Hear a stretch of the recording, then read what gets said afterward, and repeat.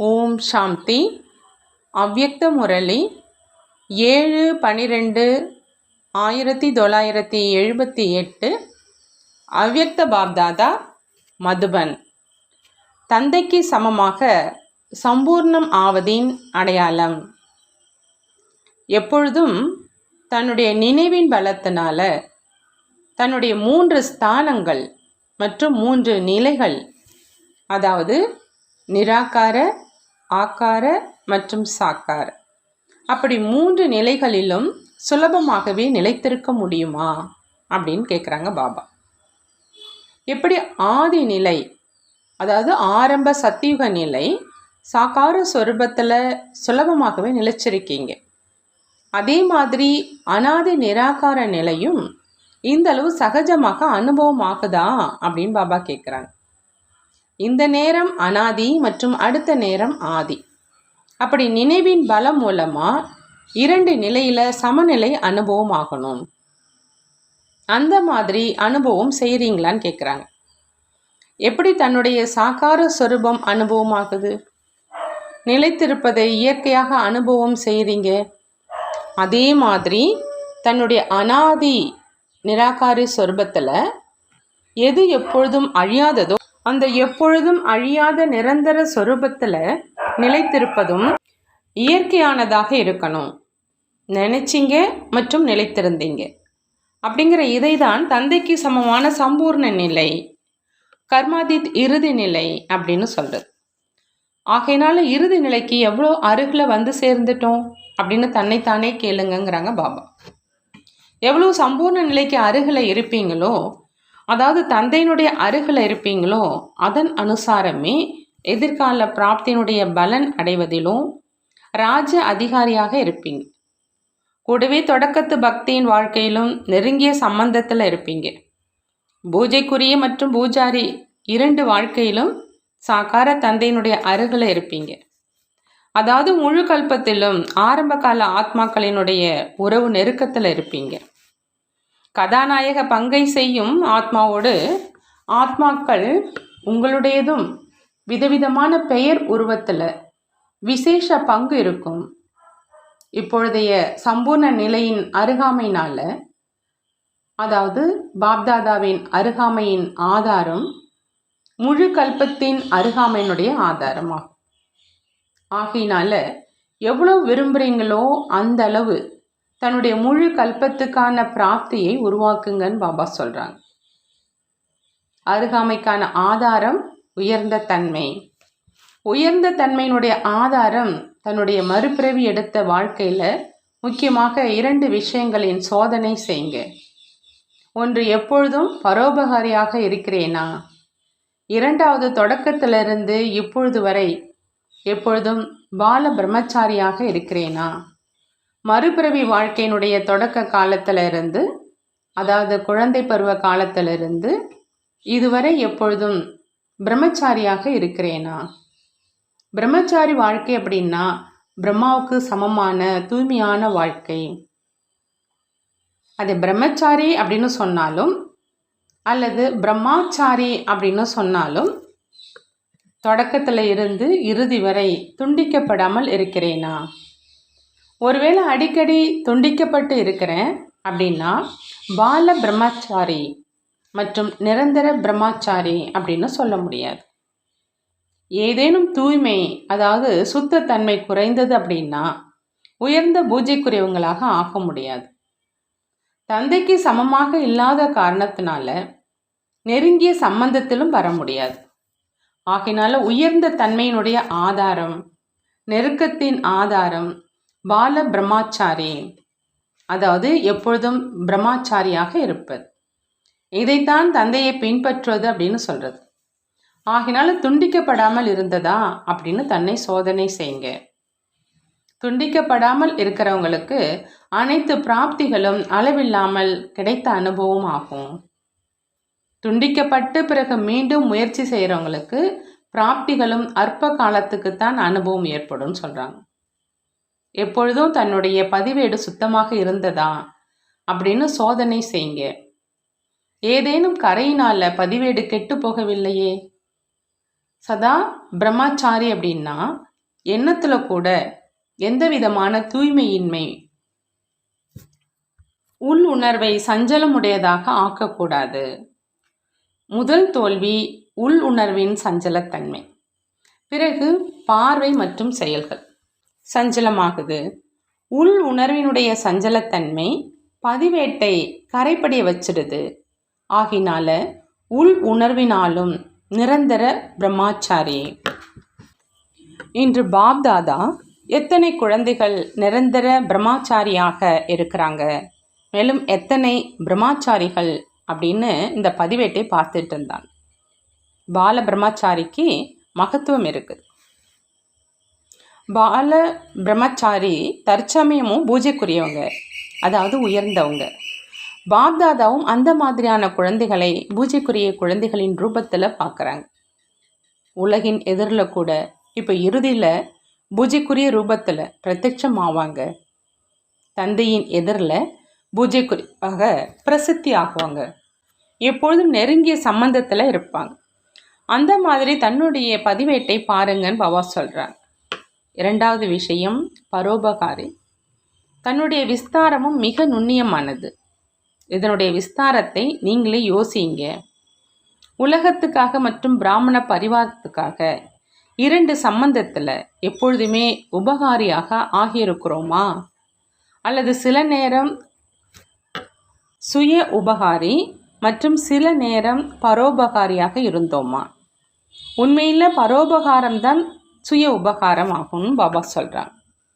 இந்த முறையில் இந்த விஷயத்திலும் தன்னுடைய பதிவேட்டை சோதனை செய்யுங்க. பின்பு பாப்தாதாவும் சொல்வாங்க. புரிந்ததா அப்படின்னு கேட்குறாங்க பாபா. நல்லது. எப்பொழுதும் தன்னுடைய அனாதி மற்றும் ஆதி சொரூபத்தில் சுலபமாக இருக்கக்கூடிய, எப்பொழுதும் சுத்தமாக மற்றும் தெளிவாக இருக்கக்கூடிய பூஜைக்குரிய ஆத்மாக்களுக்கு, முழு கல்பத்திலும் நெருங்கிய சம்பந்தத்தில் வரக்கூடிய ஆத்மாக்களுக்கு, நிரந்தர பிரம்மாச்சாரிய குழந்தைகளுக்கு பாப்தாதாவின் அன்பு நினைவுகள் மற்றும் நமஸ்காரம் செய்கிறாங்க. நாமும் நம்மளுடைய பாப்தாதாவுக்கு அன்பு நினைவுகள் மற்றும் நமஸ்காரம் செய்வோம். டீச்சர்களோடு அவ்யக்த பாப்தாதாவினுடைய சந்திப்பு. டீச்சர்களுக்கு விசேஷ லிஃப்ட் இருக்குது. ஏன்னா டீச்சர்களுடைய வேலையே அனைத்து ஆத்மாக்களுக்கும் வழிகாட்டக்கூடியது. அப்படி இரவு பகலாக ஒரே ஈடுபாட்டில் இருக்கக்கூடிய ஒருவருடைய நினைவு மற்றும் ஒரே காரியத்தில் இருக்கிறதுனால ஒரே சீரான நிலை சுலபமாகவே உருவாகிடுது. ஒருவரின் அன்பின் நினைவிலேயே இருக்கிறதுனால இலக்கை அடைவது சுலபமாக அனுபவம் ஆகுது. ஒன்றே ஒன்றுதான் என்றால் மார்க்கம் சுலபமாகிடுச்சு இல்லையா? ஒரு நொடியில் பொத்தானை அழுத்தினீங்க, உடனேயே இலக்கை சென்றடைந்தீங்க. நினைச்சிங்க, உடனேயே சொர்பமானீங்க. இதுதான் லிஃப்ட். டீச்சர்களுக்கு தங்களது பாக்கியத்தை பார்த்து எப்பொழுதும் தந்தையினுடைய மகிமையை பாடணும். ஆஹா பாபா மற்றும் ஆஹா ட்ராமா அப்படிங்கிற இந்த பாடல் தான் எப்பொழுதுமே ஒலித்து கொண்டே இருக்கணுங்கிறாங்க பாபா. இதே குஷியில் உடல் பந்தனமானாலும் சரி, அல்லது மனதினுடைய பந்தனமானாலும் சரி, எதுவுமே அனுபவம் ஆகாது.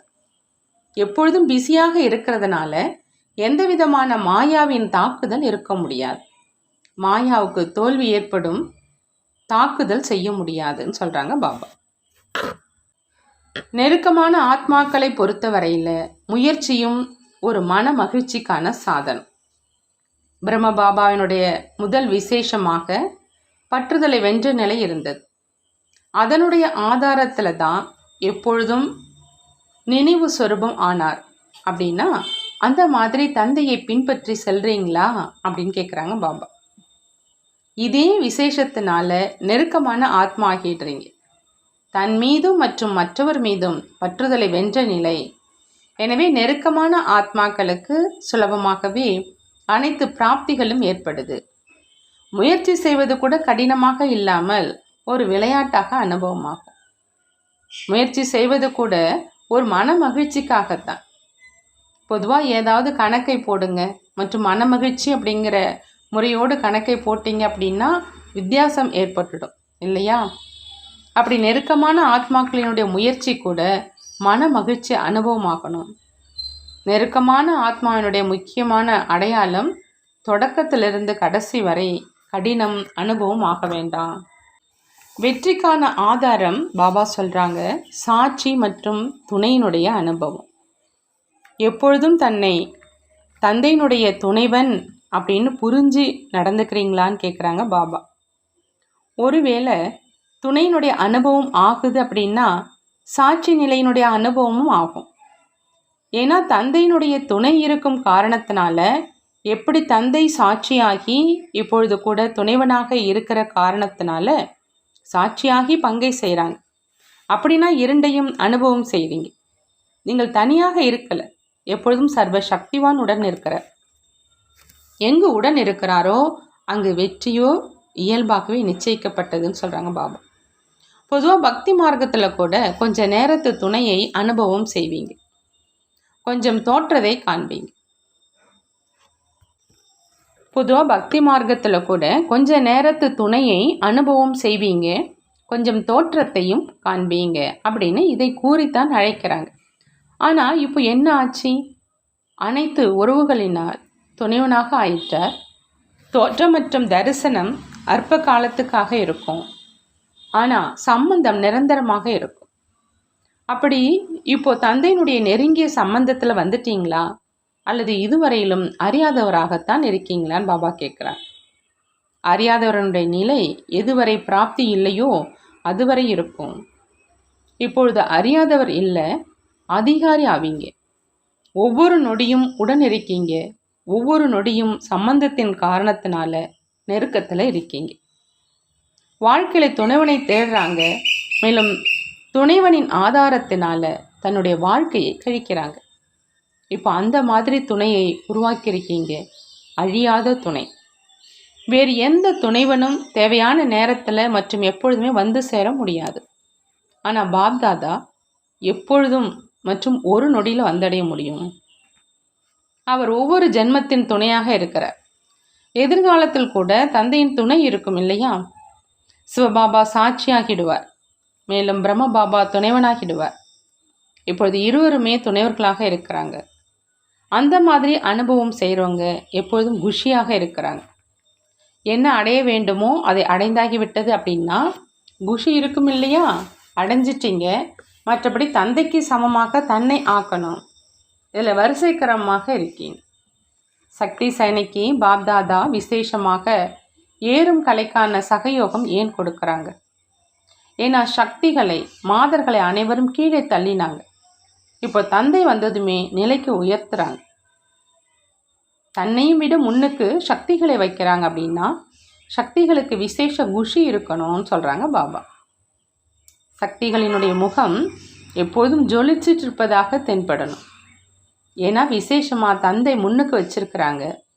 பொதுவாகவே அற்ப காலத்தினுடைய பிராப்தி ஏற்படுது அப்படின்னாலும் அந்த ஜொலிப்பு முகத்தில் தென்படும். இதுவோ எவ்வளவு பிராப்தி! மாதர்கள் ஒரு பொழுதும் அழுவதும் இல்லையே. எப்பொழுதாவது கண்களில் நீர் நிரம்பியிருக்குதா அப்படின்னு கேட்குறாங்க பாபா. இப்போ கண்களில் ஆன்மீகத்தன்மை வந்துடுச்சு. எங்கே ஆன்மீகத்தன்மை இருக்குமோ அங்கே கண்ணீர் இருக்க முடியாது. பாண்டவர்கள் கண்களால் அழுகிறீர்களா அல்லது மனதாலான்னு கேட்குறாங்க. எப்பொழுது சுகத்தின் கடலில் மூழ்கி இருக்கிறவங்க அப்படின்னா அழுகை எங்கிருந்து வந்துச்சு? அழுவது அப்படின்னா துக்கத்தினுடைய அடையாளம். சுகத்தினுடைய கடலில் மூழ்கி இருக்கிறவங்க எப்படி அழ முடியும்? ஒருபொழுதும் கனவுல கூட துக்கத்தினுடைய உணர்வுகள் வர வேண்டாம். கனவு கூட சுகஸ்வரூபமாக இருக்கட்டும்னு சொல்கிறாங்க. கனவு கூட சுகஸ்வரூபமானதாக இருக்கட்டும்.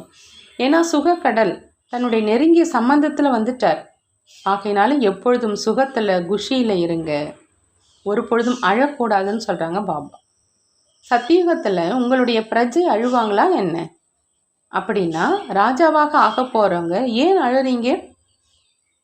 சக்திகளும் ஒரு சாம்பிள் ஆவாங்க.